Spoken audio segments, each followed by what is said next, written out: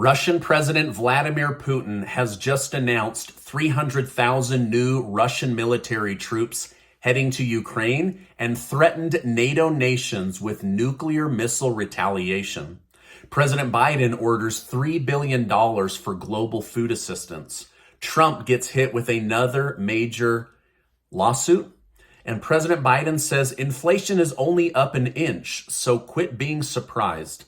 Thank you so much for liking and sharing these videos in advance. Russian President Vladimir Putin has just shaken the world.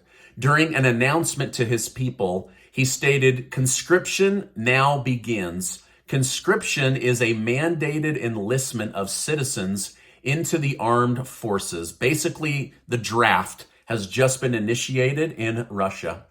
Some commentators believe that Putin is losing the war and therefore needs a bigger military force in order to finish off Ukraine.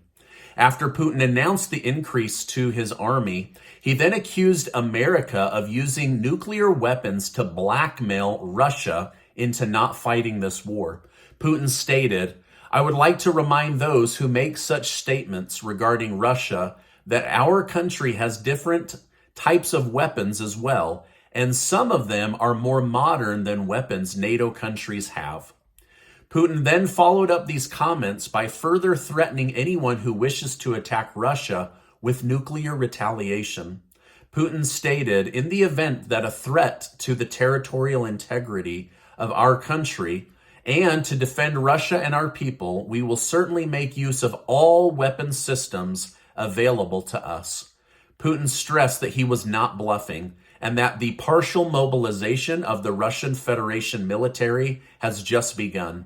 Or in other words, Putin believes it's time to move from a military operation to a small-scale war against Ukraine.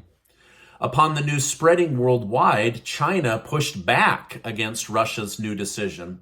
You heard that right. The same country that has been supporting Russia has called for ceasefire through dialogue in order to find a pathway towards peace.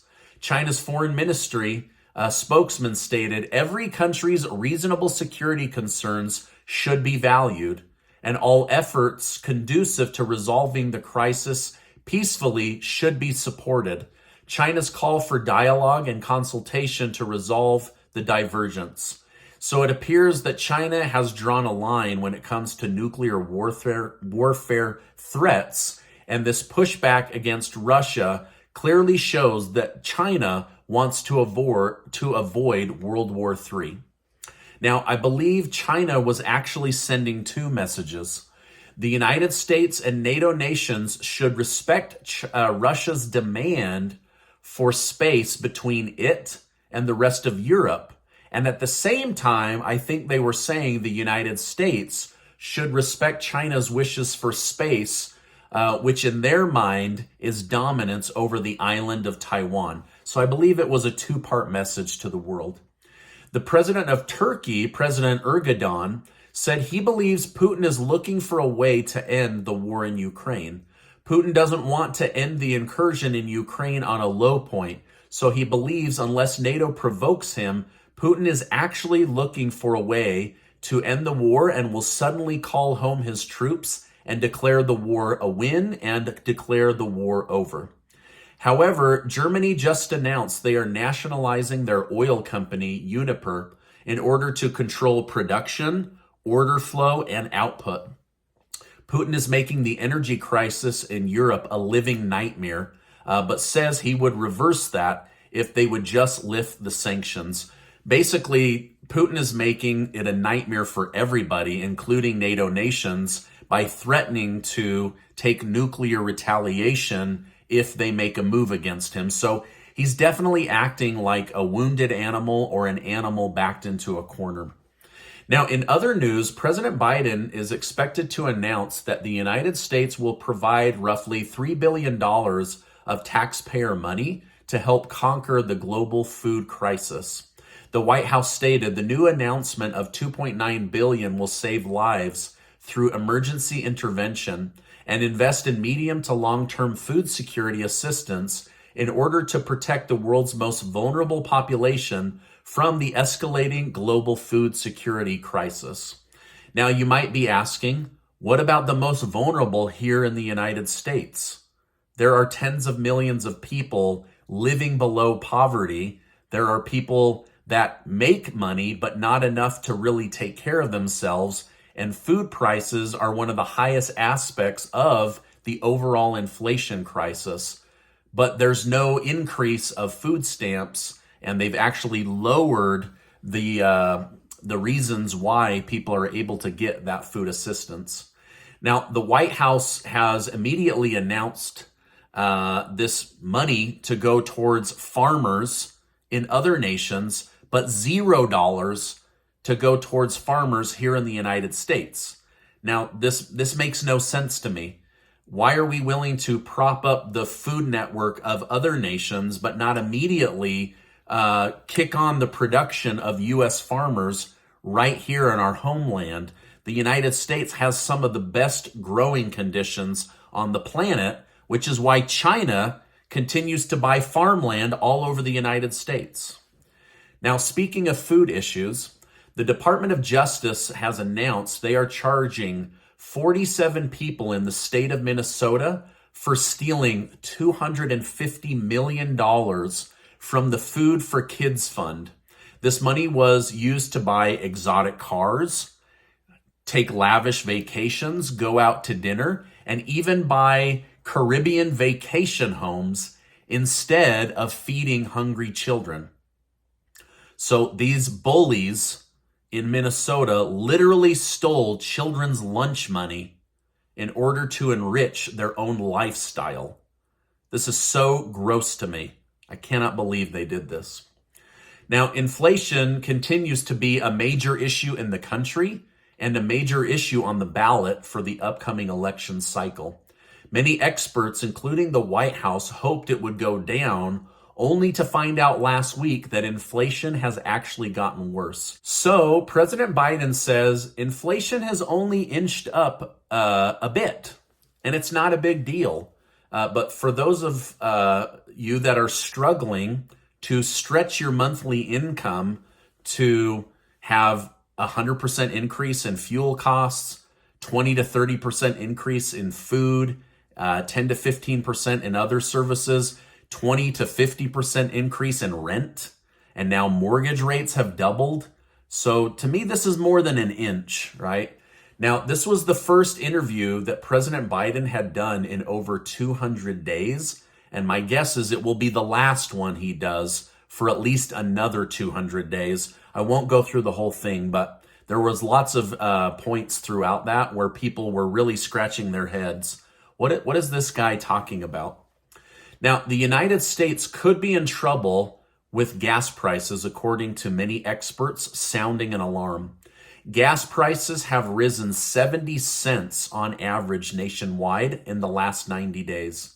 But the news media isn't covering this. In fact, they're covering the opposite, saying, look at President Biden. He's gotten gas prices so low. Now, I thought a president couldn't interfere with gas prices, but what do I know, right? I'm just a guy on the internet.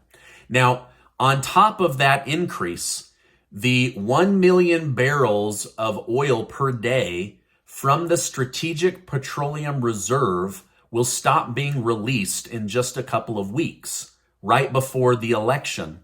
Many analysts are saying that Congress has no plan to address this oil issue, and couple that with OPEC announcing that they will produce 1 million barrels less per day could make the gas prices here in the United States go bonkers, go out of control. And by that, I mean go higher. So I already know what the White House is going to say.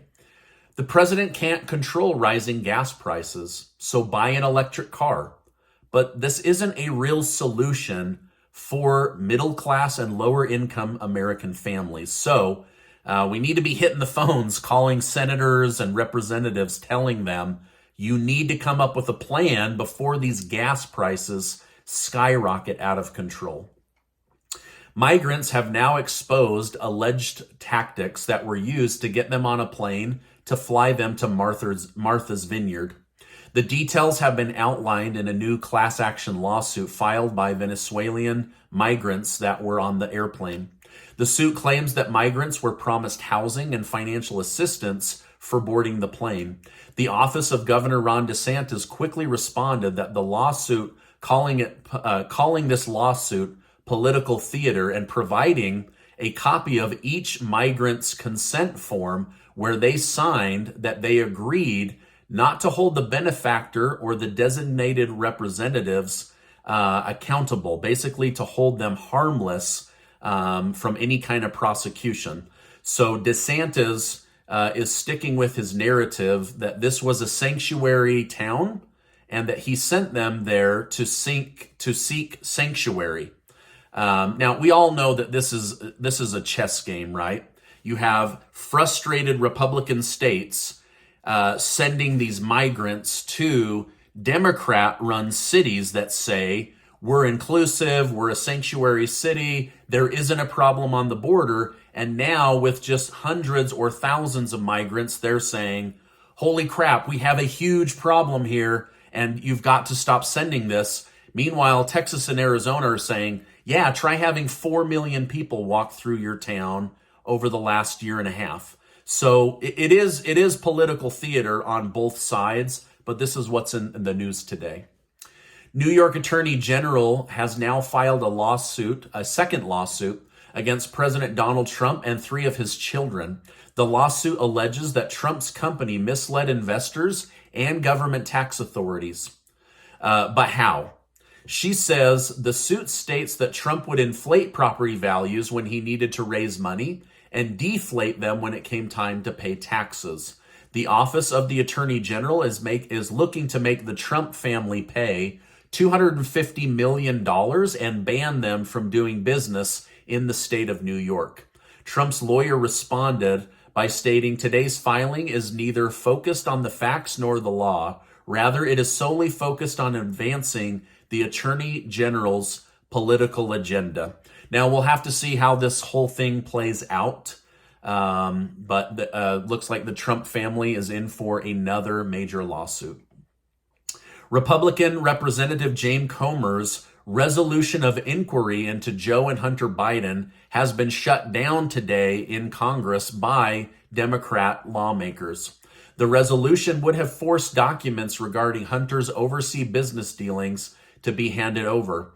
Although all 19 Republicans voted in favor of investigating Hunter Biden, all 23 Democrat voters voted against it. So, while Republicans view this issue as a national security matter, Democrats say Republicans are just obsessed with President Biden's son, Hunter. My guess is that Republicans, if they're able to take back Congress, will bring this issue back out of the shadows and into the light. But for now, the Biden family has cover from a Democrat-controlled Congress.